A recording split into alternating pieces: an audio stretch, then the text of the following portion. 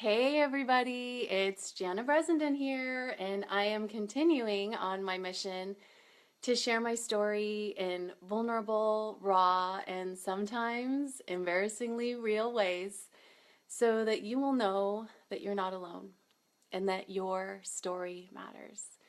And I have been so inspired. I just continue to be blown away by those of you who choose to reach out and share your story with me. Those of you who are telling me that knowing that you have divine access to everything you need changes everything. Hey, Chrissy. Knowing that you're a masterpiece when you feel like you've lost everything, that really means a lot to me. That you're able to tell stories and say people's names that you haven't been able to speak of before, that touches me. And so, what it makes me feel like is that as we all become more honest and more real, we all get to grow and experience more love. And that is a beautiful, beautiful thing. So, I just wanted to tell you a story. Hey, Cara. I just wanted to tell you a story that had happened. Again, this is quite a long time ago, but I learned a really big lesson about what it means to let down your burden. So, I think I told you, so this kind of has been a journey. So, we found out Tim had a brain tumor, and then they told us everything was fine, don't worry about it. And then, so we went on with our life. We moved back to China. I got pregnant. And then we came home for a wedding, and we're on like another vacation. I don't know why this always happens to us on vacation, but basically went in for a checkup for another MRI, thinking they're going to tell us everything's still fine. And this time they tell us everything is not fine. And now he has cancer. And they tell us you have 2 to 5 years to live. Basically, this is something that nobody recovers from. Um, you know, and the nurse was crying and everyone was so upset. But anyway, I totally get into this lock and load mode, which is how I told you, I put Tim in treatment, I move back to China, I'm moving us, I'm going. We get back, I'm getting the kids in school. We didn't have a house, so we're living out of our suitcase for, months at a time. And so I had really been like in this, like, we're just gonna make it happen mode, I'm gonna figure it out. I'm going to make it work. And I think American moms, we do a lot more than in other places in the world. We work, we do all the cooking, we do all the cleaning, we have like emotional things. We're supposed to have friends, we're supposed to be amazing in the bedroom. I mean, like, just keep going. It's just like constant. You could wake up and from morning till night be working to make this life happen, right? So couple that with the fact that I'm pregnant, I'm living out of a suitcase, my husband's going to chemotherapy and radiation every day. And I remember there was one night when I was laying alone in my bed. We were staying, in a rental. We didn't have a house. And finally, when I really got down to it, I started praying, like, you know what, God, I can't do this anymore.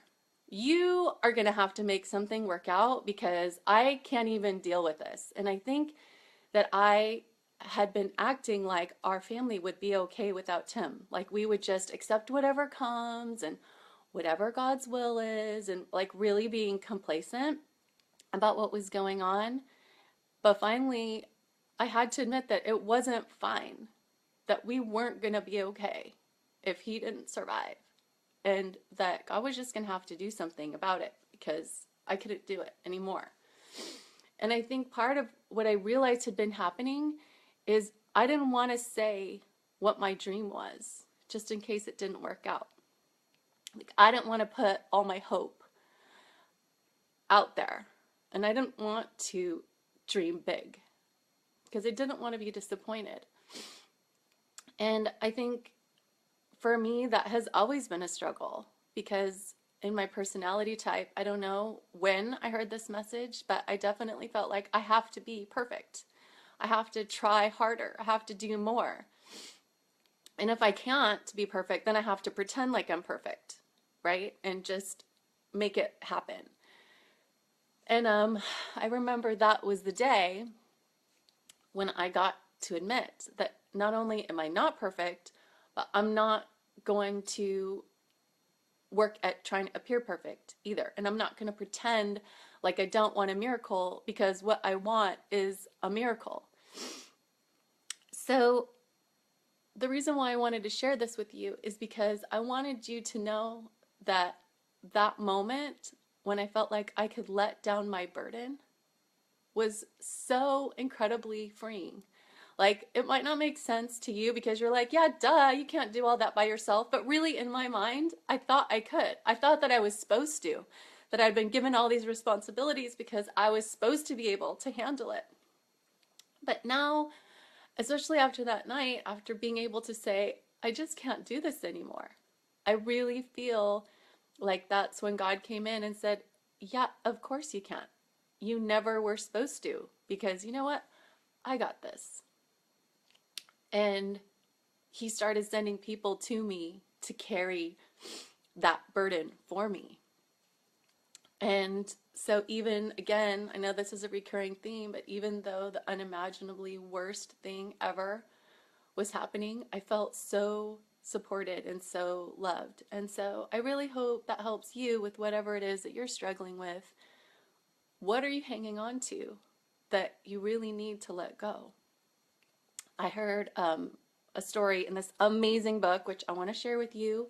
Mark Nepo's The Book of Awakening. It's like a daily kind of devotional, spiritual book. Love, game changer, love this book. So please get on Amazon and get it right away. But one of the things he was talking about was a trap that they use to catch monkeys. And what it is they like have little holes in a coconut, and then they'll like put a rock or something inside. And so what happens is when the monkeys put their hands in and they hold on to the rock, they can't get out of the coconut and they refuse to let it go.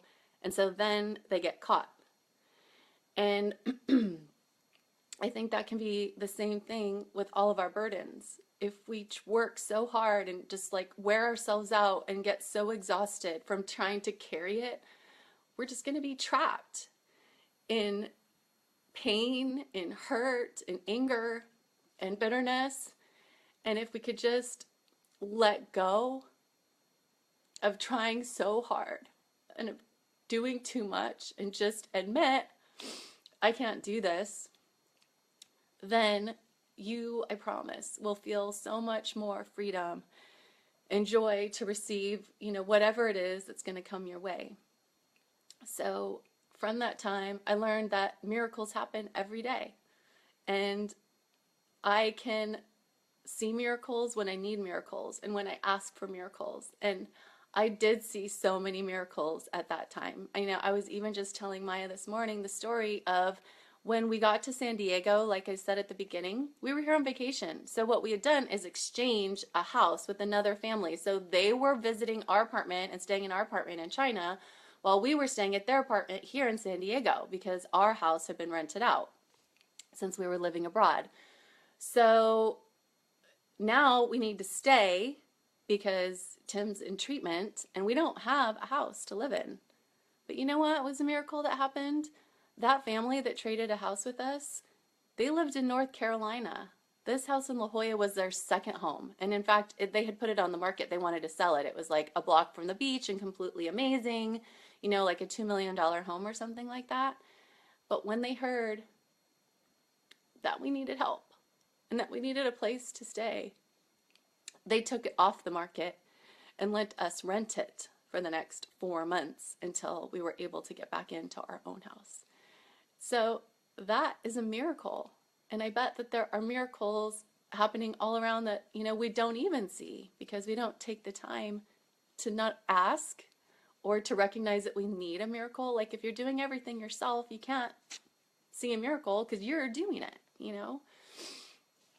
So I hope that helps you just to know that you're not alone, that you don't have to carry this all by yourself.